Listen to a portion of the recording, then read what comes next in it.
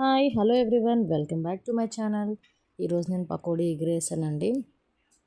పకోడీ అనేది ఊరి నుంచి తెచ్చుకున్నాను. దానితో నేను ఎగిరేసుకుందామని స్టార్ట్ చేశాను. ఒక ఉల్లిపాయ ఒక టమాటో కట్ చేసుకొని మనం పక్కన పెట్టుకోవాలి.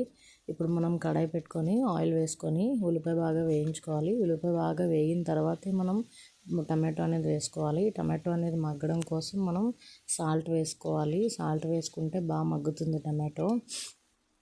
సాల్ట్ వేసుకున్న తర్వాత ఒక 2 నిమిషాలు మగ్గిన తర్వాత మనం కారం అనేది సరిపడగా వేసుకోవాలి.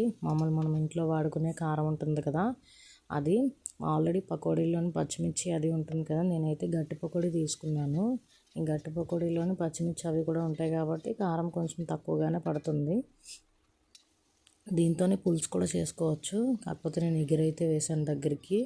ఇప్పుడు కారం కూడా బాగా వేగిన తర్వాత ఒక చిన్న గ్లాస్తో నీళ్ళు వేసుకోవాలి. నీళ్ళు కూడా బాగా కెరిలిన తర్వాత ఒక half table spoon garam masala powder ఉంటుంది కదండి, అది కూడా బాగా వేసుకొని బాగా మరిగిన తర్వాత మనం పకోడీ ఉంది కదా, ఆ పకోడీని కూడా మనం వేసుకొని ఒక 2 నిమిషాలు మూత పెట్టి మగ్గించుకోవాలి. బాగా దగ్గరికి అయితే మనకి పకోడీ ఎగురు అనేది రెడీ అయిపోతుందండి. ఇది దగ్గరికి అయితేనే బాగుంటుంది. వేడివేడి అన్నంతో కలుపుకొని తింటే చాలా బాగుంటుందండి. ఒకసారి మీరు కూడా ట్రై చేయండి. పకోడీ ఎగురు అనేది చాలా వరకు తెలిసే ఉంటుంది, ఎవరికైనా తెలియలేని వాళ్ళ కోసం చెప్తున్నాను.